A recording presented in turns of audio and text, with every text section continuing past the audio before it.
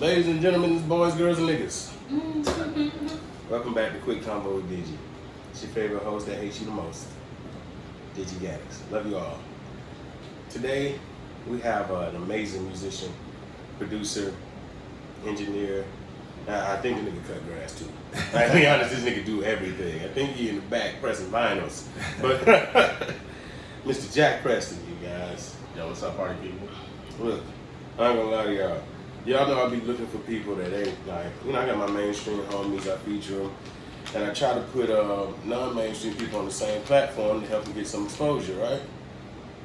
Bruh, I just saw this nigga on somebody else's page that I'm cool with. I don't even remember who. Word. And it just go on. Oh, no, y'all know I'm on CD. But, yeah, listen to this nigga shit. And I was like, that nigga sound like Big Boy. That shit was beautiful. You know, when I rap, it's like I sound like 3K, but I found another Big Boy. I was like, bro, Yeah. I put that shit on repeat. Shit, I was playing it this morning while I was mopping. Word. We got to mop again. It didn't really take hold. But I already know when I'm not high, shit don't go well. But anyway, mind if I smoke? Do your thing. All right, man. Partake with me? You know what, man? I'm gonna keep it on just with the, you know what I'm saying? So, we're good, though. Appreciate it. Oh, definitely. Appreciate it. Looks like there's some good herbals you got going on. Oh, definitely. Got some Baccio Gelato yesterday. Yeah. From my homie when he flew back in. Man, I just got back from LA, so, you know, LA Yeah, spoiled you.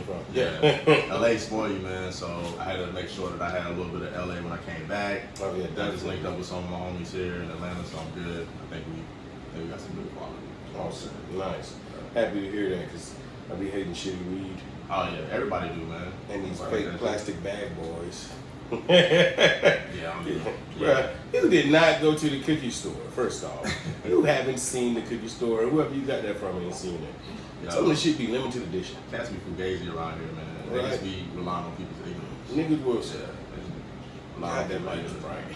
Niggas will smoke fake weed but roast you about some fake Jordans. I'm like, at least that's on my feet. Nigga, you just put fake shit in your lungs. You love yourself? No, like shit in your lungs. That's one of my things. People they spend money on their hair, $400, nails, go get their hair cut, and then complain when their food costs more than $10. Right, Like, exactly. bro, you should spend the most on what you put in your body. Or drinking the cheapest alcohol. You goddamn right. Right. But you know, this is not the traditional interview. We'll talk about your music, but Yeah, mostly for sure, we just have for a sure. real ass conversation Yeah. to show people how real ass you are. Hey, let's do it. But how's quarantine been for you?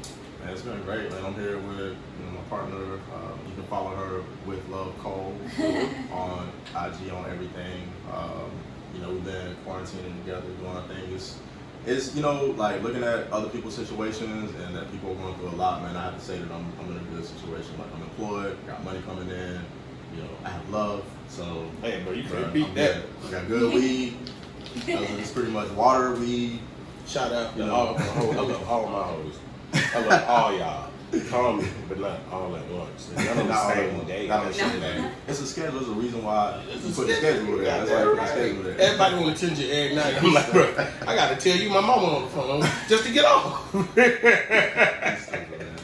But yeah, man, I used to be a musician. Shit was fun. I love music still. Like, Yeah. I mean, I feel like you always a musician. If you're a musician, you always a musician, whether you're like actively doing that as a career or not. It's just something that's in you. Because when you hear stuff, you be like, oh, that track, that good. So you turn the horns up. They just had that treble turned up just a little bit more to be perfect. And Right. you have to put that shit in purple on Pro Tools. Like you just start thinking shit. Exactly. But yeah, man. When it comes to the music scene in Atlanta, it's just so varied. Like you could be famous in one scene and not be known at all on the other side of town. Yeah, for sure. And I'm talking about your music popping. Like Complex can know you, and the other side of Atlanta don't even know you. Yeah, absolutely. And that's what with quarantine with me, bro. I literally first day of quarantine laid off. First day. Wow. I'm in the house like, bro, how I'm gonna pay bills? Right. And then I got my taxes, stimulus, and unemployment all at once. So my immediate thing was buy equipment and start shooting again. Yeah. Get it done. Like fuck No, it. Look, if you want to follow your dreams, you follow them, right? And when times get tough, when you hit a huge rock and you don't know what you're gonna do next, your dream is what you're gonna do next. Period. That's what you gotta do. You gotta go for it. Yeah. And like, what got you? What was your dream before music? My dream before music? Because you know every kid got like opposite things they want to do. I came up in the '90s, man, so it was really like the Michael Jordan era, man, and just like sports were really banging. I wanted to be a professional athlete, like a lot of kids did. You know, I wanted to be a baseball player. You know, I think every kid in the '90s wanted to be a professional athlete because, you know, the options were still somewhat limited in what they told us we could do. You know, and I think that it was like a lot of kids was like, well, you know, sports or something music. Yeah. You know, music wasn't really accessible. We both from small towns, so music wasn't as accessible. Art was definitely not as accessible. Yeah, it wasn't accessible, so I wouldn't even like think the black about that. people in those small towns beat academics into us. Right, exactly. Like and then, you play sports, you can get all A's. Right, or you're gonna go to college. So I wanted to be a baseball player, man. I pursued that. I actually I got injured in my 11th grade year, which kind of messed me up going. And then I changed schools in my 12th grade year. So that was a wrap on my college career. Then I tried to play club ball for a little while. That was it, you know. I was a shortstop in high school. Right, and then you know, I've always been a musician. I was, you know, band geek, played drums. You know, parents got me a drum set when I was in like the 8th grade. So always wanted to, you know, be in a band and do that as well. But just the look of it just looks cool as fuck to a kid. It was just cool. I just couldn't find no other kids that wanted to play rock music, man. I was into the rock at the time, and it was like one of the other kids that was into rock music. So when I got to college, that's when, you know, stuff that would just be like freestyling and fucking around ended up being like, damn, I'm actually pretty good at this, and I'm hearing things that other people aren't hearing in the music. Exactly. And it just got to a point where I was, they're like, this is it. Yeah, and I was around some. In college, I was in a group where, you know, I went to school for art as well, so I was in a group where I was like the photographer and the designer, but everybody just based off my aesthetic thought I was a rapper. They thought I was a musician. They was like, oh man, what you do? And I was like, nah man, I'm just a photographer. And all my homies could really, really rap, but I found myself in a place where I was like, damn, none of them was saying what I want to hear specifically, so I have to be the one to say it. And it's funny because my homie Jermaine goes by Marquis Prom, who was like one of the main cats that got me like, I gotta rap better than this cat. When I spit my first verse. That's who page I found you on. Oh, that's who, Jermaine? Yeah, okay, yeah. There you go. Shout out to Jermaine Durham, aka Marquis Prom. You know, we went to Georgia Southern together. He was, you know, but at the time, basically, when he would rap, it would shut everything down. Like it would be like, he would rap, nobody else would rap. The closest thing I can compare his style to is like a Southern Nas, right? So think of somebody that's like at that caliber. Yeah. So my thing was like, damn, if he can go and then I can go after him, we'll be like, man, we may be like the next Outkast because this dude can really spit. Exactly. So when I spit my first verse for him, he was like, man, he's like, this shit may not be for everybody. And I was like, damn, man. But you know, I kept pushing. And then it got to the point where, you know, sometimes he would go and he would shut people down.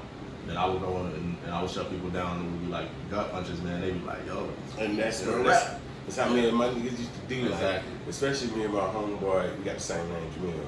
Yeah. But like, this boy got a golden voice singing too. Yeah. We just go on stage and it used to be a hush, bro. Right, exactly. Niggas is just like in awe. And then, because I'm identical twin brother. Oh, word. We used to rap together. We got on stage, it was definitely game over. Right. Because we playing off each other, like we going ham. I know what he finna say, what he finna do. That's my twin, we've been together forever. Right. But it got to a point where I was like, all right, we'll go next. Yeah. Like me and my twin handled the marketing. We blew up in Savannah. We blew up on Reverb Nation. Started getting noticed. I got hit up by the guy that founded the Beatles. Like Don Gresham, he was my manager for a while. And I got here, shit fell through. It was like my album was too street. I'm like, my album's literally about doing acid in the woods with my hippie friends.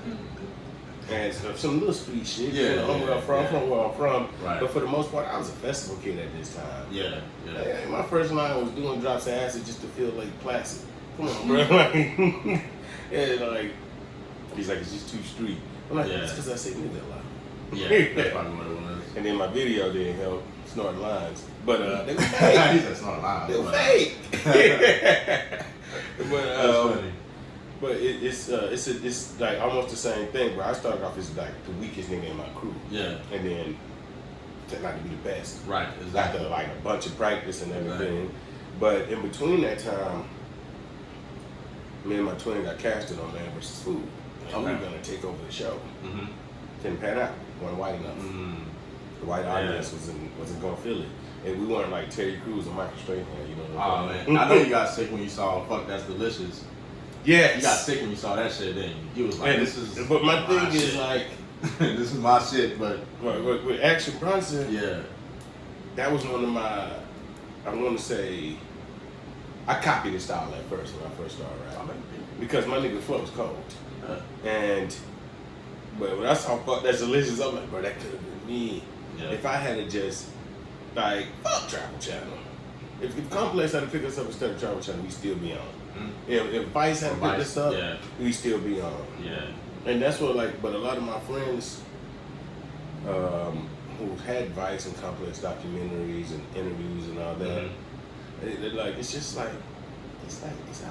Yeah, it don't really. Yeah. Maybe it's not like boosting you crazy. I mean, obviously, like getting a TV show would be different than like an interview or something. But Yeah. I guess with any of those platforms, right? It's like there has to be some type of phenomenon that happens around the media as well. You know. Like, a lot of people don't even know Action Bronson has a show. Exactly. And Yeah. I'm not trying to be there. Like, as cocky as it sounds, I want to be worldwide. Because that level of wealth is the only way we can change things in our community, Right. homelessness, uplift black kids. Because, bruh, I'm gonna be honest with you. You're 40 and over, I'm not trying to help you much. I'm trying to help these kids. y'all had y'all chance, no offense. Yeah, you can still turn around. Yeah. You gotta do for you though. Yeah. Unless you're homeless, then I'll help you. Right. But if you got the same potential I got right now, I'm gonna give you some advice. I might give you a few bucks. But I'm more focused on these kids. Makes sense. Yeah. So Plus, these kids are brilliant right now. This generation coming up, like talk your shit. they got a lot of talent. They got a lot of perspective. I think it's just them making sure they got guidance. You know what I'm saying? You see what happens when they don't have guidance. So I think we're in that position to really just let them know what they can do. I mean, you think about when you're a teenager and you look up to cats that are in their 20s and 30s. And you're like, I want to do this. And that's exactly what I was going to say earlier. Giving them something to aspire to, just let them know what the possibilities are. Because as little black kids, we watch it. Grown black men work harder than they ever need to. Bodies are destroyed, maybe working 2 jobs. Yeah. Like, they didn't go out and handle their manly business at the same time. Like our deacons, the people in our church, all that. And then we saw celebrities and we like, well, they still kids.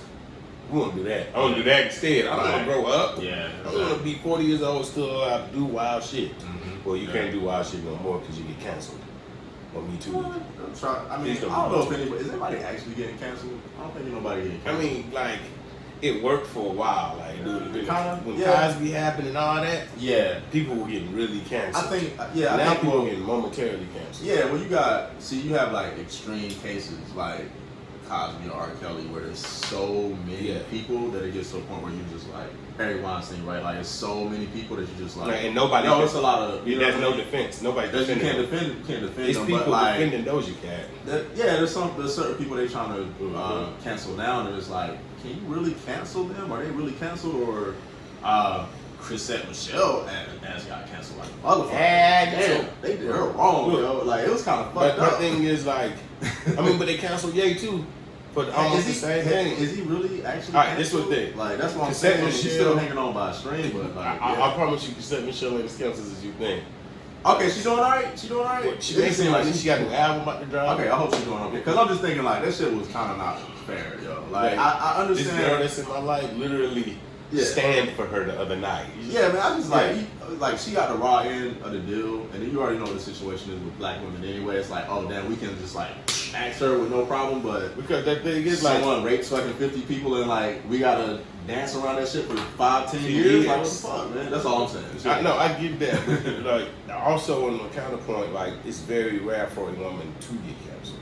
It's very rare for us in our black community to hold our women accountable. We justify a lot of shit. Who's done some cancelable shit that we haven't canceled? I'm not saying cancel. I'm saying that's what I'm just want to think. Bro, a lot of motherfuckers that done cancel shit. We letting Oprah slide. Oh, damn. Oprah gets a lot of We letting Oprah Oprah gets a lot of slides. slides. Yeah, she gets a lot of slides. She been sliding. We know you would have seen. Anyway, So we'll see. yeah. And like we hold black men to the same standard as white men and don't realize we don't have the same power. Like even in the feminist movement, y'all gotta realize like a lot of shit y'all complaining about, that's white men.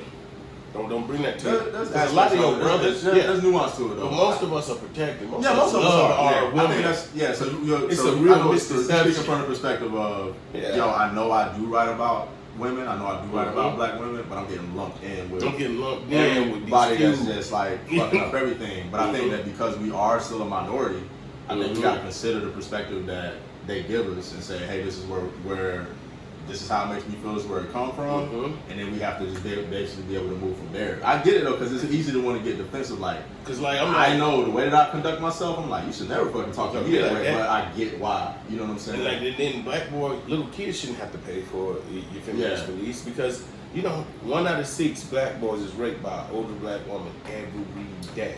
That's so. I think so. What I think is both genders have like issues that need to be addressed. I think that we're neglecting the black boys right now. The black boys are getting neglected, but the black women and black girls are still being neglected more. So for every one thing that you can say for a black boy is experiencing, there's probably 2 things that a black girl is experiencing. Definitely. So it's just like how some people now, we may be focused on racial justice, specifically in the black community. And then Standing Rock or Oklahoma, they get rewarded some land, and a black person be like, look, we need to focus on one thing at a time. We need to focus on black people. We can't be focusing on black people and on Native Americans and on you, right? So that's how some people would say that. But the reality is like each thing needs its attention. Exactly. So if we're looking at it like, black boys have issues, black girls have issues, I think it's more pertinent to address what's going on with the black girls. You know what I'm saying? Not neglecting the black boys, because I feel it, I get it. Like a big part of that conversation, I've talked to with a lot of the homies is like a lot of us had sex at a really young age and didn't realize that we thought that because everybody around us is like, oh, you scared of pussy. Not even just a lot of us. They actually released the statistics. 90% of us. Yeah, most of us had a really young age, and then it plays into and not how we go into sex in adulthood, right?